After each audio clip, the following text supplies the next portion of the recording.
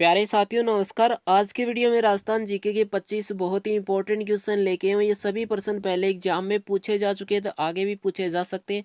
आप लोग वीडियो को शुरू से अंत तक देखिएगा और डेली ऐसे इंपॉर्टेंट क्वेश्चन पाने के लिए चैनल को आज ही सब्सक्राइब कर लेना।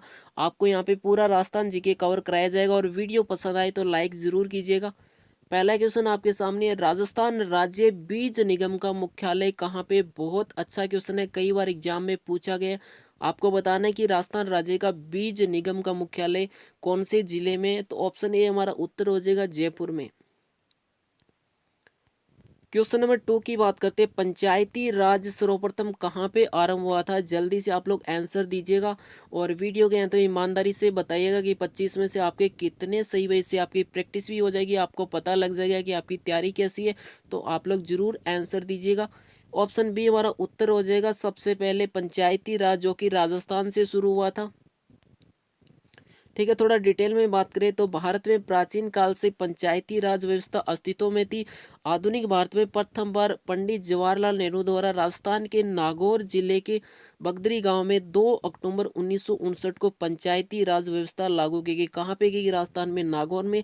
किन के द्वारा? पंडित जवाहरलाल नेहरू के द्वारा। और कब की गई? 2 अक्टूबर 1959। यहाँ पे 3 इंपॉर्टेंट क्वेश्चन बनते हैं, इसको याद कर लीजिएगा।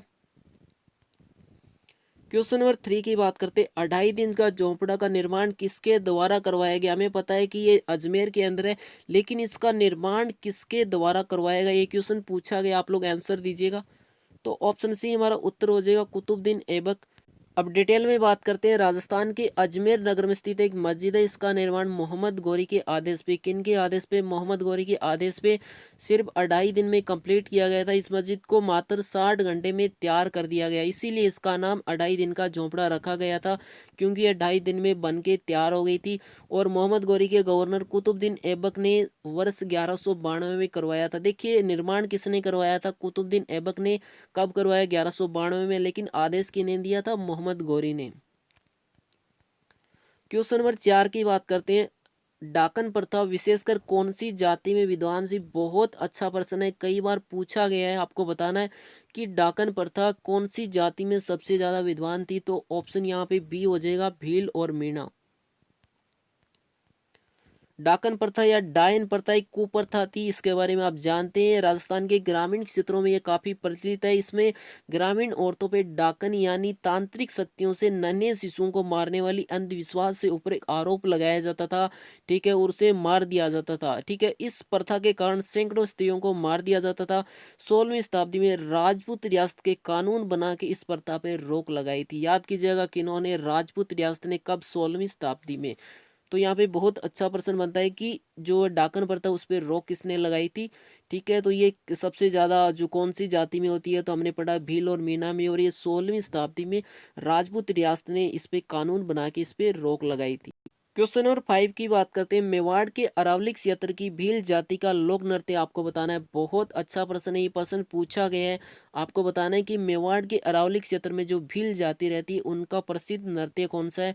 तो ऑप्शन बी हमारा उत्तर हो जाएगा गौरी नृत्य। ये सिर्फ पुरुषों के द्वारा किया जाता है, याद कीजिएगा, सिर्फ पुरुषों के द्वारा, महिलाओं के द्वारा नहीं किया जाता। ठीक है, डिटेल में बात करते हैं, इस नृत्य में जो है भील जनजाति का एक प्रसिद्ध नृत्य। इस नृत्य को सावन भादो माह में किया जाता है।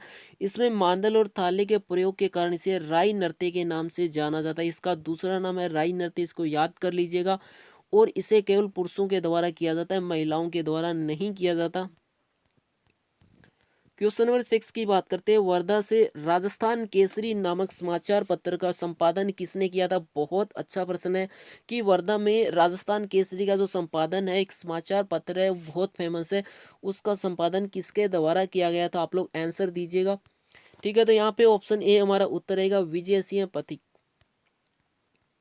ठीक है, पथिक जी क्रांतिकारी और सत्याग्रही होने के अलावा एक कवि थे, लेखक थे, पत्रकार थे। अजमेर में उन्होंने नव संदेश और राजस्थान केसरी के नाम से हिंदी के अखबार भी यहाँ पे निकाले गए थे। बहुत अच्छा प्रश्न बनता है कि राजस्थान केसरी का संपादन किसने किया था। भारत सरकार ने विजय सिंह पत्ती की स्मृति में डाक टिकट भी जारी किए थे, ये भी याद कीजिएगा। क्वेश्चन नंबर 7 की बात करते हैं। जनगणना 2011 के अनुसार राज्य का सबसे अधिक जनसंख्या वाला जिला आपको बताना है। 2011 में जो जनगणना हुई थी उसके अनुसार सबसे अधिक जनसंख्या वाला जिला कौन सा है? भरतपुर, जयपुर, जोधपुर या उदयपुर? तो ऑप्शन बी हमारा उत्तर रहेगा, जयपुर में सबसे अधिक जनसंख्या। अगर बात की जाए क्षेत्रफल राजस्थान में सबसे ज्यादा कौन से जिले का है, तो वो है जैसलमेर, सबसे कम धौलपुर। क्वेश्चन नंबर 8 की बात की जाए, सरिस्का अभ्यारण्य की काली घाटी में किस पक्षी का घनत्व पूरे विश्व में सबसे ज्यादा? बहुत अच्छा प्रश्न है, ये प्रश्न पूछा गया है कि सरिस्का अभ्यारण्य की जो काली घाटी है उसमें किस पक्षी का घनत्व पूरे विश्व में सबसे ज्यादा है? घोड़ावन, मोर, कुर्जा या फिर साइबेरियन क्रेन? तो ऑप्शन हमारा बी हो जाएगा, मोर। ठीक है, मोर इसका उत्तर रहेगा। सरिस्का अभयारण्य भारत में सबसे प्रसिद्ध राष्ट्रीय उद्यानों में से एक है। यह राजस्थान राज्य के अलवर जिले में, कहाँ पे? अलवर जिले में इस क्षेत्र का शिकार पूर्व अलवर राज्य की शोभा थी और ये 1955 में इसे वन्य जीव आरक्षित भूमि घोषित कर दिया गया। इसे वन्य जीव आरक्षित भूमि कब घोषित किया गया? 1955 में। 1978 में बाघ परियोजना योजना के रिजर्व कर दिया गया था और पार्क वर्तमान क्षेत्र 866 वर्ग किलोमीटर में ये फैला हुआ है। क्वेश्चन नंबर 9 की बात करते हैं। राजस्थान के राजनीतिक एकीकरण के दौरान बनाए गए मत्स्य संघ में निम्न में से कौन सी रियासत शामिल नहीं थी? बहुत अच्छा प्रश्न है, इसका आप लोग जवाब दीजिएगा कि जो राजस्थान के राजनीतिक एकीकरण के दौरान मत्स्य संघ में कौन सी रियासत शामिल नहीं थी? इन चारों में आपको बताना है, अलवर, धौलपुर, किशनगढ़ या भरतपुर। तो यहाँ में हमें पता है कि ऑप्शन सी हमारा उत्तर रहेगा, किशनगढ़, जो कि इनके अंदर शामिल नहीं थी। क्वेश्चन नंबर 10 की बात करते हैं। जंगली मुर्गों के लिए प्रसिद्ध अभयारण्य आपको बताना है। बहुत अच्छा प्रश्न, आप लोग आंसर दीजिएगा और वीडियो के अंत में आप सभी से एक इंपॉर्टेंट क्वेश्चन पूछा जाएगा, उसका भी आप लोग आंसर दीजिएगा। हो सकता है कि आप में से कुछ बच्चे लकी विनर चुने जा सकते हैं, आपको प्राइज भी मिलने की संभावना रहती है। तो आप लोग हर एक क्वेश्चन का आंसर दीजिएगा। तो यहाँ पे जंगली मुर्गों के लिए कौन सा अभयारण्य प्रसिद्ध है? तो हमें पता है कि ऑप्शन ए हमारा उत्तर हो जाएगा, माउंट आबू, जो कि सिरोही में है। क्वेश्चन नंबर 11 की बात की जाए, जाजम छपाई का संबंध किस स्थान से? बहुत अच्छा प्रश्न है, कहाँ की जाजम छपाई सबसे ज़्यादा फेमस है, सबसे ज़्यादा प्रसिद्ध है? तो यहाँ पे ऑप्शन आपके सामने, चित्तौड़गढ़, बाड़मेर, सांगानेर या पाली। तो आप लोग आंसर दीजिएगा। ऑप्शन ए यहाँ पे सही उत्तर हो जाएगा, जाजम छपाई, जो कि चित्तौड़गढ़ जिले की सबसे ज़्यादा फेमस है। क्वेश्चन नंबर 12 की बात की जाए, राज्य में शिकार का जो पूर्णतः कब से प्रतिबंध लगाया गया था? बहुत अच्छा प्रश्न है, राजस्थान के अंदर शिकार पे कब पूर्णतः प्रतिबंध लगा दिया गया, शिकार बंद कर दिया गया था? आप लोग आंसर दीजिएगा। बहुत अच्छा प्रश्न है, पूछा गया प्रश्न, कई बार पूछा गया है। 1972, 1975, 1977 या 1986? तो ऑप्शन डी हमारा उत्तर रहेगा, 1986 में राजस्थान में शिकार पूर्ण तरह से बंद कर दिया गया, प्रतिबंध कर दिया गया। ऑप्शन डी हमारा उत्तर हो जाएगा। क्वेश्चन नंबर 13 की बात करते हैं। जनगणना 2011 के अनुसार राज्य में प्रति वर्ग किलोमीटर जनसंख्या घनत्व आप बताइएगा। ये पूछा गया क्वेश्चन, कई बार पूछा गया है कि 2011 की जो जनगणना हुई थी राजस्थान के अंदर, जो जनसंख्या का घनत्व आपको बताना है प्रति वर्ग किलोमीटर के आधार पे। ठीक है, 129, 155, 200 या 300? तो ये ऑप्शन सी हमारा उत्तर रहेगा, 200। क्वेश्चन नंबर 14 की बात करते हैं। राजस्थान में ऊंटों के देवता के रूप में किन की पूजा की जाती है? राजस्थान के अंदर ऊंटों के देवता के रूप में किस देवता की पूजा की जाती है? गोगा जी, तेजा जी, रामदेव जी या पाबू जी?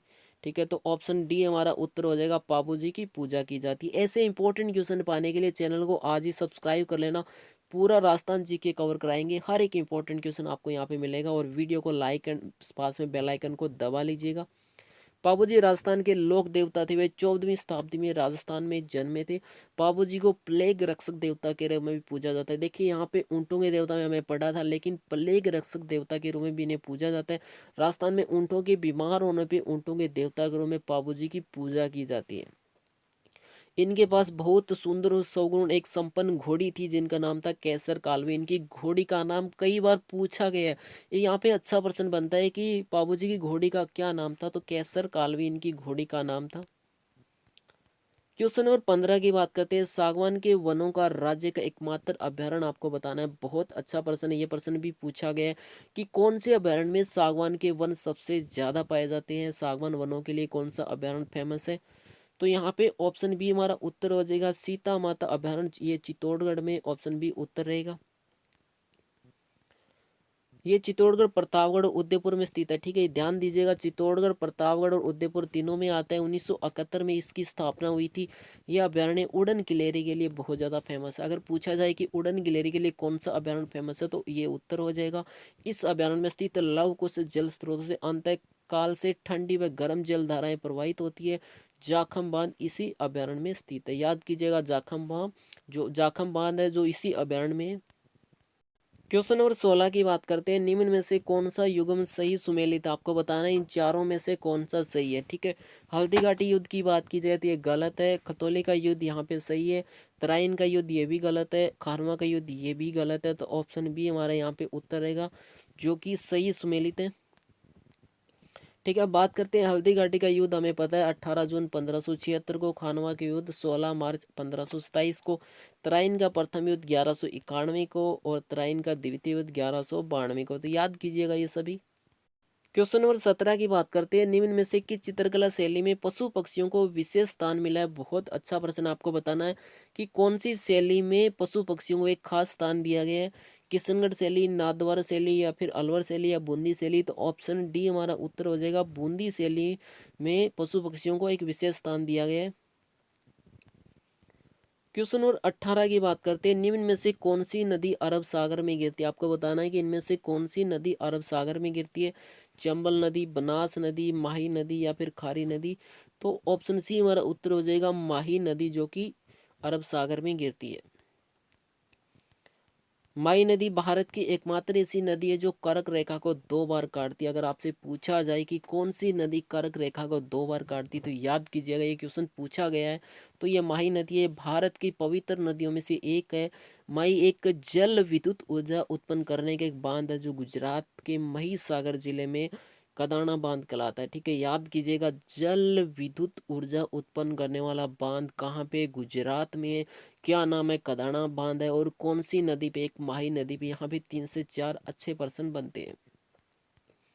क्वेश्चन नंबर 19 की बात की जाए, मुंशी महारानी की छत्री, ये क्वेश्चन पूछा गया है, कई बार पूछा गया है। आपको बताना है कि कौन सी जगह पे मुंशी महारानी की छत्री? बूंदी, अलवर, भरतपुर या झालावाड़? तो आंसर दीजिएगा आप लोग।